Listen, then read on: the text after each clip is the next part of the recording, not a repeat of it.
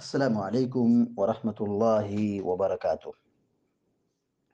الحمد لله رب العالمين والعاقبة للمتقين، والصلاة والسلام على أشرف الأنبياء والمرسلين نبينا محمد وعلى آله وصحبه أجمعين ومن تبعهم بإحسان إلى يوم الدين، أما بعد. فقال الله عز وجل: أعوذ بالله من الشيطان الرجيم. إن الذين كفروا لن تغني عنهم أموالهم ولا أولادهم من الله شيئا وأولئك هم وقود النار. سورہ آل عمران کی آیت نمبر 10 ابھی آپ کے سامنے تلاوت کی گئی ہے۔ اللہ تبارک و تعالیٰ فرماتا ہے: ان الذین کفروا لن تغنی عنہم اموالہم ولا اولادہم من اللہ شیئا۔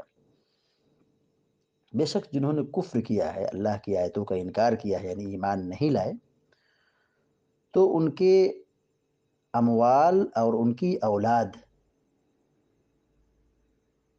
بے نیاز نہیں کر سکتی ہیں اللہ کے عذاب سے کچھ بھی، اللہ کے عذاب سے چھڑا نہیں سکتی ہیں، کچھ کام نہیں آ سکتی ہیں۔ وَأُولَئِكَ هُمْ وَقُودُ النَّارِ، یہی لوگ تو جہنم کے ایندھن ہیں، یعنی کافروں کے بارے میں کہا جا رہا ہے کہ یہی جہنم کے ایندھن ہیں، جن کو جہنم میں داخل کیا جائے گا اور انہی سے جہنم کی آگ کو دہکایا جائے گا۔ یہاں پر اللہ تبارک و تعالیٰ کافروں کا انجام بیان کر رہا ہے کہ جو ایمان نہیں لائے، جنہوں نے کفر کیا ہے، ان کا ٹھکانہ جہنم ہے، وہ جہنم کے ایندھن ہے۔ اللہ کے عذاب سے ان کو کوئی چیز بچا نہیں سکتی ہے، کوئی چیز چھوڑوا نہیں سکتی ہے، نہ ان کا مال کام آئے گا، نہ ان کی اولاد کام آئے گی۔ چاہے دنیا میں آدمی بہت دولت والا ہو، بڑی پراپرٹی والا ہو، بہت مال والا ہو، بڑی اولاد والا ہو، کثرت سے اس کے پاس اولاد ہو، لیکن ایمان کی نعمت نہیں ملی، اس نے ایمان قبول نہیں کیا ہے، کفر کے راستے پر چل رہا ہے اور کفر پر مر گیا، تو قیامت کے دن نہ اس کا مال کام آئے گا اور نہ اس کی اولاد کام آئے گی۔ اس کا ٹھکانہ جہنم ہے، اور جہنم کی آگ سے، اللہ کے عذاب سے کچھ بھی نہیں بچا سکتا ہے، کوئی نہیں چھوڑوا سکتا ہے، نہ مال نہ اولاد۔ یہی اللہ تعالیٰ کہتا ہے: ان الذین کفروا لن تغنی عنہم اموالہم ولا اولادہم، کہ جنہوں نے کفر کیا ہے، نہ تو ان کے مال کام آئیں گے اور نہ ان کی اولاد کام آئے گی۔ کس چیز میں؟ اللہ کے عذاب سے چھڑانے میں۔ اولئک ہم واولئک ہم وقود النار، اللہ تعالیٰ کہتا ہے کہ یہ وہ لوگ ہیں جو جہنم کی ایندھن ہے، یہ جہنم کی ایندھن ہے۔ قیامت کے دن اللہ کے عذاب سے اور جہنم کی آگ سے بچنے کے لیے ایک ہی راستہ ہے۔ وہ راستہ کیا ہے؟ توحید و ایمان کا راستہ ہے۔ جو آدمی توحید کے راستے پر ہوگا، ایمان پر قائم ہوگا، وہی آدمی جہنم کی آگ سے بچ سکتا ہے۔ مومن کا ٹھکانہ جنت ہے، جنت میں صرف اہل ایمان داخل ہوگے۔ جہنم اللہ نے کافروں کے لیے بنائی، جو کفر پر چلے گا، کفر پر مرے گا، ایمان نہیں لائے گا، وہ جہنم میں داخل ہوگا، اور جہنم کافروں ہی کے لیے بنائی گئی ہے۔ قرآن کریم کی متعدد آیات ہے اس سلسلے میں۔ اعدت للکافرین، اعدت للکافرین، جہنم کے بارے میں کہا اللہ تعالیٰ نے یہ کافروں کے لیے بنائی گئی ہے۔ اعدت للمتقین، اور جنت کے بارے میں کہا کہ متقیوں کے لیے، ایمان والوں کے لیے، پرہیزگاروں کے لیے، نیک لوگوں کے لیے بنائی گئی ہے۔ تو جہنم کی آگ سے اور اللہ کے عذاب سے، آخرت کی تکلیف اور پریشانی سے نجات کا واحد حل توحید قبول کرنا ہے، اللہ پر ایمان رکھنا ہے۔ ایمان نہیں لائے، دنیا میں بڑے تھے، اولاد تھی، دولت تھی، پراپرٹی تھی، سیاست تھی، کرسی تھی، عہدہ و منصب تھا، ساری چیزیں موجود تھیں، لیکن یہ قیامت کے دن کوئی کام کے نہیں، کوئی فائدہ نہیں۔ یوم لا ینفع مال ولا بنون، اللہ تعالیٰ فرماتا ہے: یوم لا ینفع مال ولا بنون الا من اتى اللہ بقلب سلیم۔ اس دن نہ مال کام آئے گا، نہ اولاد کام آئے گی، مگر وہ شخص جو قلب سلیم کے ساتھ آئے، تو اس کے لیے معاملہ آسان ہے۔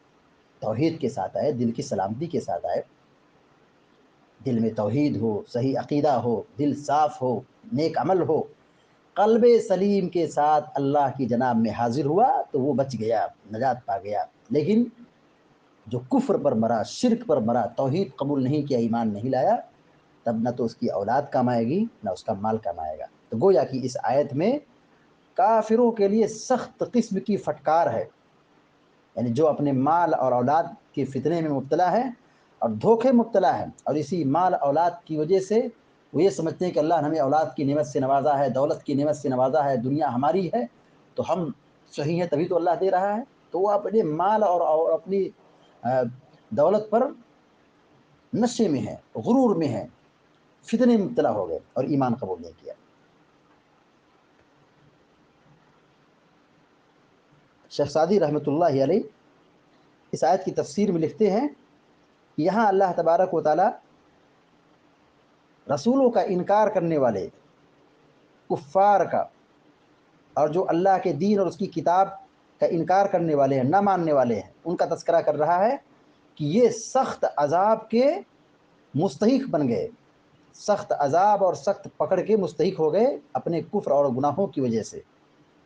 اور جب انہوں نے کفر کا راستہ اختیار کیا اور اسی پر ان کی وفات ہو گئی تو ان کا نہ مال کام آئے گا اور نہ ان کی اولاد کچھ قیامت دن کام آئے گی، جبکہ وہ دنیا میں انہی مال و اولاد کی وجہ سے اپنا ڈیفینس کرتے تھے، اپنا دفاع کرتے تھے پریشانی کے وقت، تکلیف کے وقت، اور پھر یہ فخر سے کہتے تھے نحن اکثر اموالا و اولادا، ہم تو مال اولاد میں سب سے بڑھ کر کے ہیں، وما نحن بمعذبین، اور ہمیں عذاب نہیں ہوگا۔ دنیا میں یہ کہتے تھے ہم تو مال اولاد والے ہیں، ہم کو عذاب نہیں ہوگا۔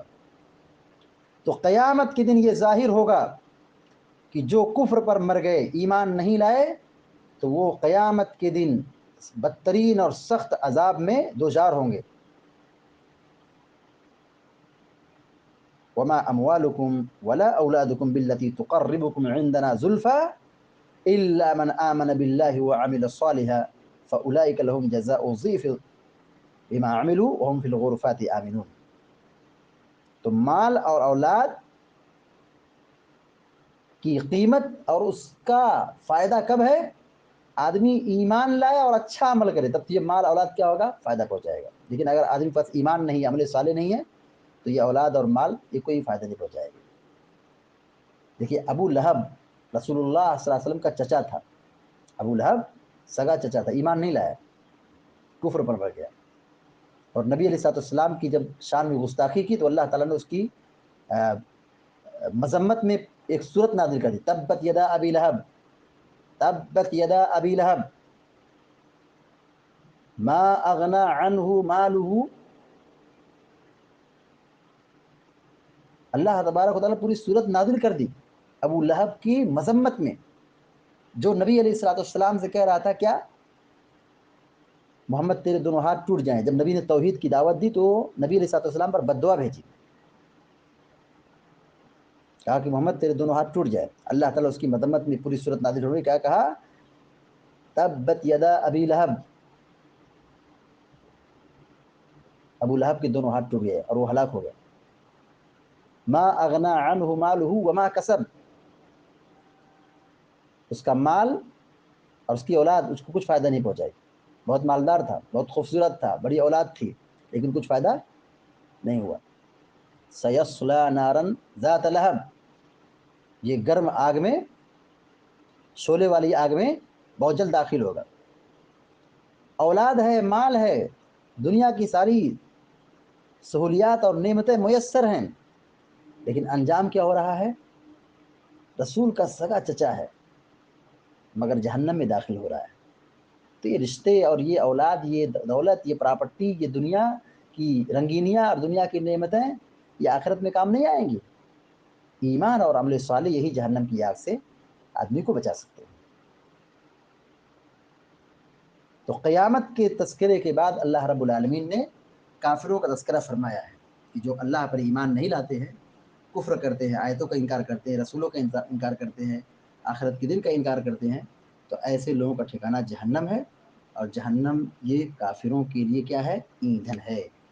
لہذا ہماری اور آپ کی ذمہ داری بنتی ہے کہ اللہ نے ہمیں ایمان کی توفیق دی ہے، تو ہم اپنے ایمان کی قدر کریں، اس کی حفاظت کریں اور اس کو مضبوط بنائیں، تاکہ ہمارا ایمان ہمارے پاس باقی رہے، ہم ایمان پر قائم رہے مرتے دم تک، اور اللہ کی جنت میں آسانی کے ساتھ، سہولت کے ساتھ، اطمینان کے ساتھ داخل ہو جائے۔